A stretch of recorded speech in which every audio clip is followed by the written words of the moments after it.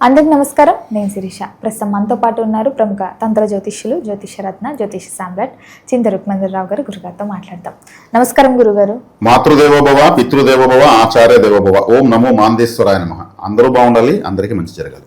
గురుగారు, ఈ శ్రీ పరాభవ నమ సంవత్సరం ఉగాది తర్వాత ఏ రాశుల వారికి బలంగా సంతాన యోగం ఉందంటారు? సంతాన యోగము అనేది ఇది ఇంతకు మించిన యోగము ఇంకొకటి లేదని చెప్పచ్చు. సంతాన యోగము అనేది అంటే సంతానం అంటే ఇప్పుడు ఒక 100 సంవత్సరాలుగా ఎవరికి సంతానమే పుట్టలేదనుకోండి, పరిస్థితి సృష్టి లేదు. ఈ 100 సంవత్సరాలుగా ఎవరు చావలేదనుకోండి, పెరిగిపోతుంది సృష్టి. అప్పుడు అంటే అలాగే ఉంటుంది, పుట్టరు చావరు. ఇప్పుడు 100 సంవత్సరాలు ఎవరు పుట్టలేదు, అప్పుడున్న వాళ్ళే ఉంటారు, అట్లే ఉంది. అంతే, పునరుత్పత్తి ఉండదు, గ్రోత్ ఉండదు. సరే, పుడుతున్నారు, జనరల్గా పుడతారు, దాగదు. వాళ్ళు చావకుండా, మిగిలిన వాళ్ళు చావకుండా ఉంటే చాలా పాపులేషన్ పెద్దగా అయిపోతుంది.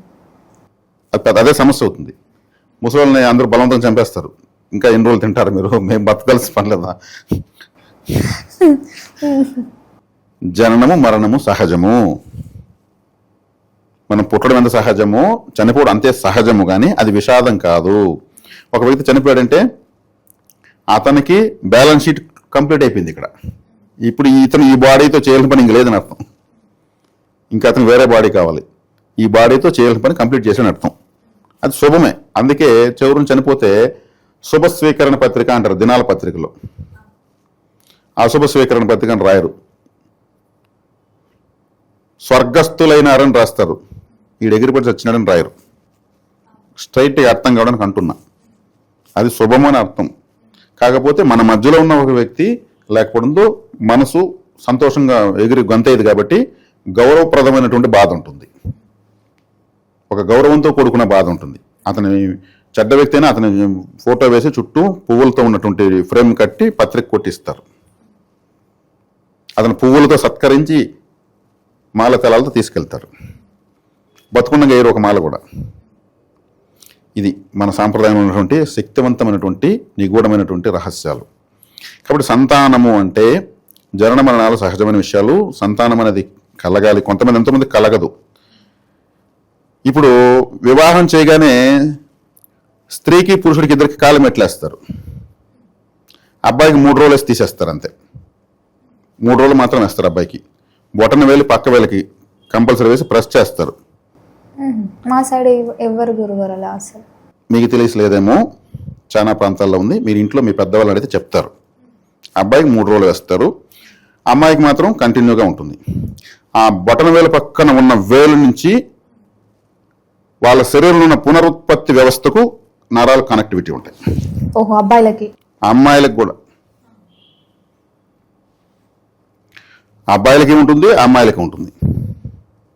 ఇప్పుడు 3 రోజులు మాత్రం ఎందుకు వేస్తారు అంటే, వీళ్ళకు ఈ శోభనం అనే 3 రాత్రులను చేస్తారు కదా. అంటే స్త్రీలో విడుదలయ్యేటువంటి శుక్ల శోణితములు కలుస్తాయి. శుక్ల శోణితములు కలిస్తేనే మనిషి తయారవుతాడు. అవి కరెక్ట్గా రిలీజ్ కావాలని. ఇప్పుడు అమ్మాయికి పెళ్లి కాకముందు ఎందుకు ఇవ్వరు? పెళ్లి కాకముందు ఆమెకు అది అవసరం లేదు. అబ్బాయికి ఎందుకు ఇవ్వరు? ఆ అవసరం లేదు. ఇప్పుడు ఆ అవసరం వచ్చింది. ఇప్పుడు కరెక్ట్గా ఎనర్జీ లెవెల్స్ రిలీజ్ కావాలి, స్త్రీకైనా పురుషుడికైనా. ఇతనికి వీర్యకణాలు కావచ్చు, ఆమెకి శోణితము కావచ్చు. అవి రెండు కరెక్ట్గా సంయోగం చెంది ఒక బిడ్డ పుట్టాలి, ఒక ప్రాణం తయారు కావాలి. ఆ ప్రాణ ఉత్పత్తి శక్తి వీళ్లకు స్లిప్ అవ్వకూడదు అని. మరి ఆమె కంటిన్యూగా ఎందుకు పెడతారు? సంతానాన్ని కనే, గర్భాన్ని ధరించి సంతానాన్ని కనేటువంటి అవకాశం ఆమెకు మాత్రమే ఉంది కాబట్టి కంటిన్యూగా ఆమెకు పెడతారు. ఒకసారి భర్తతో ఆమె సంసార ధర్మాన్ని నిర్వర్తించిన తర్వాత ఒక 3 రోజుల పాటు మళ్ళా అబ్బాయికి లేకపోయినా పర్వాలేదని ఆ మెట్టు తీసి మళ్ళీ కరిగించి అమ్మాయికి ఏదో చేయిచ్చేస్తారు మళ్ళీ మెట్లు. అంటే భర్త యొక్క ఎనర్జీని భార్యకి ఇచ్చేస్తారు, స్వీకరించేస్తారు. అంటే సంతాన విషయంలో ఎంత నిగూఢమైన సైన్స్ మన పెద్దవాళ్ళు కనుక్కున్నారు చూడండి. కాళ్ళు మెట్టులు అనేది ఈమె సంతానవతి కావాలంటే ఈ కాల్లో ఈ వేలు నరం నుంచి ఆమె గర్భాశయంలో ఆ యొక్క శక్తి ఖచ్చితత్వంతో విడుదల కావాలి. అందుకే ఎవరైనా పెళ్ళైనంటే కాలు మెట్లు చూస్తారు, అంటే అక్కడ నరాల యాక్టివేషన్. ఇప్పుడు ఉంగరాలు ఉంటాయి, ఉంగరాలు అనేవి ఏమివి? వేళ్లకు కిరీటాలు, చేతి వేళ్లకు కిరీటాలు ఇవి. ఇది ఒక గౌరవం. తలకు కిరీటం ఎలాగో వేళ్లకు కిరీటాలు ఇవి. అక్కడ కూడా కిరీటం వేస్తారు. సంతానవతి అవుతా ఉంది కదా, సంతానవతి తల్లి తండ్రి అనేటువంటి ప్రమోషన్ తీసుకుంటున్నారు కదా, వాళ్ళకి ఆ ఎనర్జీ కరెక్ట్గా రావాలి కదా. కాబట్టి ఆ మెటీరియల్ వేసి ప్రెస్ చేస్తారు ఆ నరాన్ని. ఇది సృష్టి రహస్యం. మరి అలా వేసి కూడా ఇప్పుడు పిల్లలు పుట్టలేదు. ఆహార లోపం. తింటున్నటువంటి ఫుడ్లో సరైనటువంటి శక్తి, పునరుత్పత్తి శక్తి ఉత్పత్తి కావడం లేదు. శరీరం పెట్టడం శక్తి పెట్టడం లేదు. ప్రాచీన కాలంలో శక్తి ఉండేది, శరీరాలు ఉండేవి, అంతా సన్నగా ఉండేవాళ్ళు. వాళ్ళకి శక్తి ఉంటుంది కానీ శరీరం ఉండదు. ఇప్పుడు అందరికి శరీరాలు ఉన్నాయి, శక్తి లేదు. కూరాకు తింటే శక్తి పెడుతుంది, చికెన్ మటన్ తింటే శరీరం పెడుతుంది. శక్తి కావాలా శరీరం కావాలా?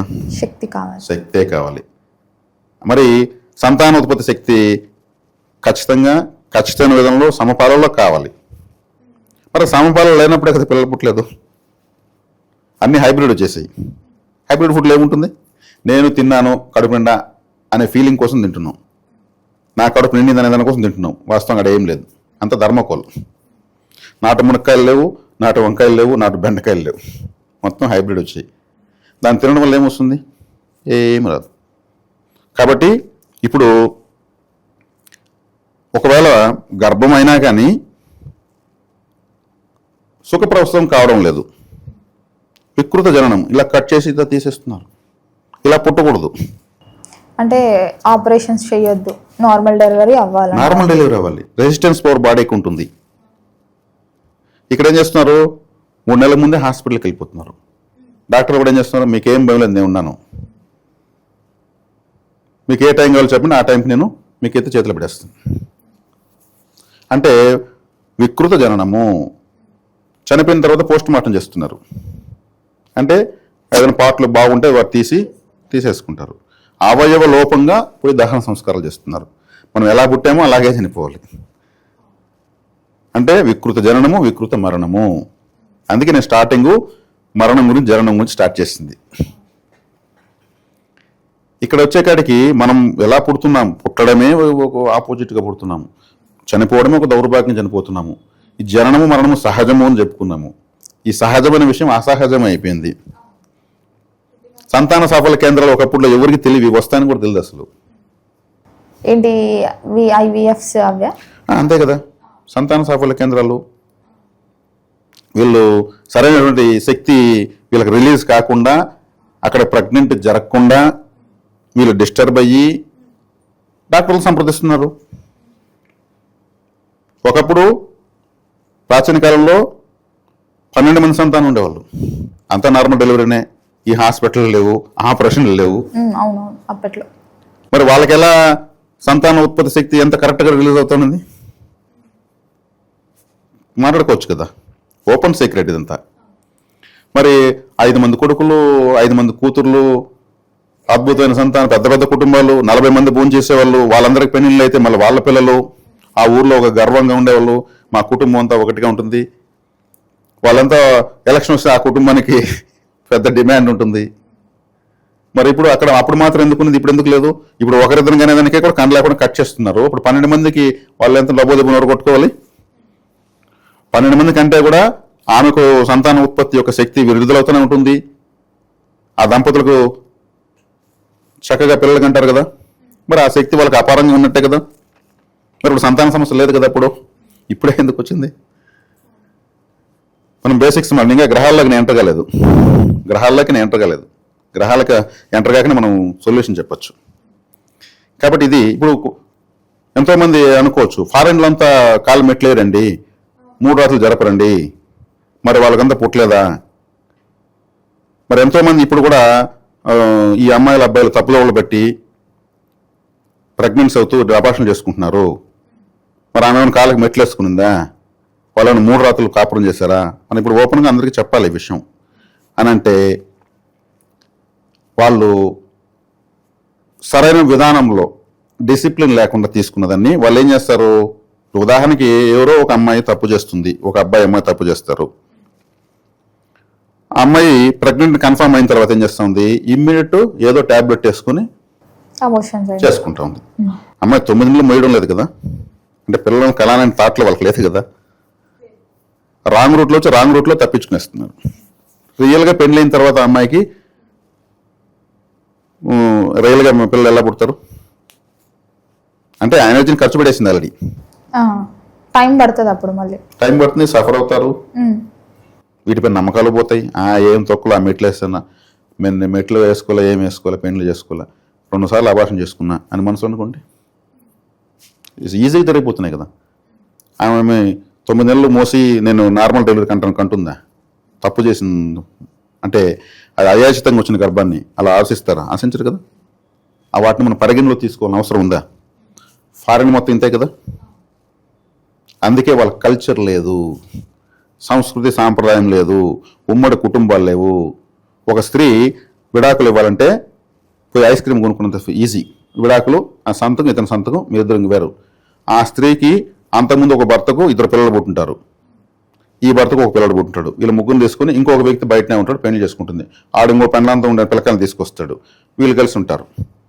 ఎవరికి ఎవరు పుడుతున్నారో, ఎవరికి ఎవరు కలుస్తున్నారో, ఎవరికి ఎవరు సాకుతున్నారో, ఇది కల్చరల్ అవుతుంది. ఫారెన్ లో స్కిన్ ఈ skin, there is no sin అంటారు. నీది శరీరం, నాది శరీరం, మధ్యలో అభ్యంతరం ఏముంది అంటారు. ఆ అభ్యంతరం పుట్టిన ఒక కల్చర్ ఎట్ట అవుతుంది? అదే వెస్టర్న్ కల్చర్.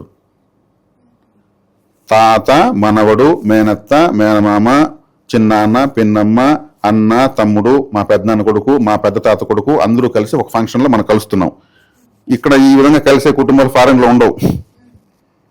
వాళ్ళకి డౌట్, ఇంతమంది ఒకే బ్లడ్ రిలేషన్స్ అంతా ఒకరినొకరు వదలకుండా తరతరాలుగా కలిసే ప్రోగ్రాంలు ఎలా చేయగలుగుతున్నారు? వీళ్ళకి బోర్ అయ్యలేదా? ఇంతమంది ఇట్లే కలిసి ఇన్ని సంవత్సరాలు 100 సంవత్సరాలుగా ఉండేదానికి వీళ్ళకి బోర్ అయ్యలేదని వాళ్ళకి ఆశ్చర్యం. అవునా? వాళ్ళు అన్ని జనరేషన్స్ కలిసి ఉండలేరు, ఒక భార్యాభర్తే ఉండలేరు, వాళ్ళు పిల్లలు ఉండలేరు.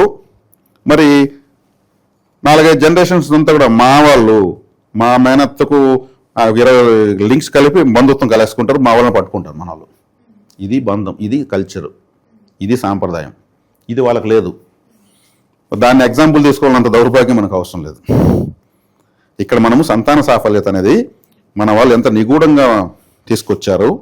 ఒక కాళ్ళ మెట్టెలు అనేవి ఎందుకు, ఏ అర్హతను సూచిస్తాయి అంటే, దంపతులిద్దరూ పిల్లలు కనడానికి ఎంతో పవిత్రంగా, ఎంతో అన్యోన్యంగా వాళ్ళు సంతానోత్పత్తిని చేసుకుని గొప్ప వాళ్ళు కావాలని ఎంతో గొప్పగా ఉన్నతంగా ఆలోచించి తీసుకొచ్చినటువంటి విధానాలు ఇవన్నీ. అదొక సైన్స్. కాబట్టి ఇప్పుడు ఇవన్నీ లేవు. ఇప్పుడు లేనప్పుడు ఏమవుతుంది? సంతానం అనేది సమస్య అవుతుంది.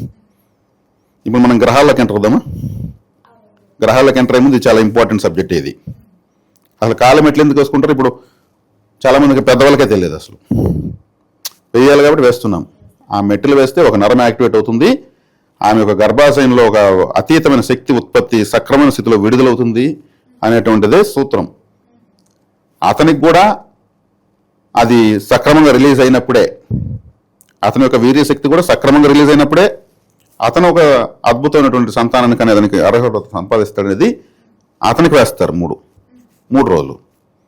ఇది. ఇక గ్రహస్థితి తీసుకుంటే సంతానకారకుడు గురువు.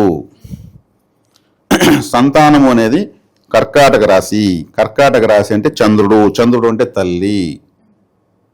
అక్కడ జీవ ఉత్పత్తి కారక నక్షత్రము పుష్యమి నక్షత్రము.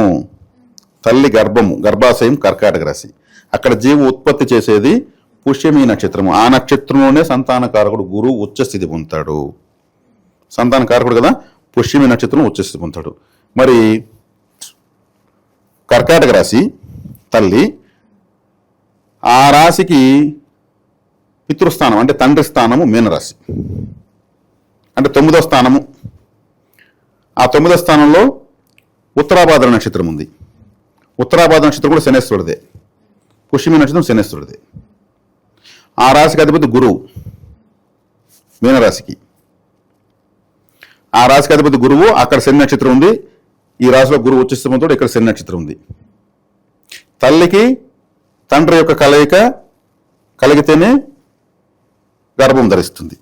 అందుకే కర్కాటక రాశికి పితృస్థానమైనటువంటి మీనరాశికి అధిపతి అయినటువంటి గురువు తల్లి గర్భం అనే చోట ఉచ్చస్థితి పొందుతాడు. తల్లి అయిందంటే ఆటోమేటిక్ తండ్రి అయినట్టే కదా.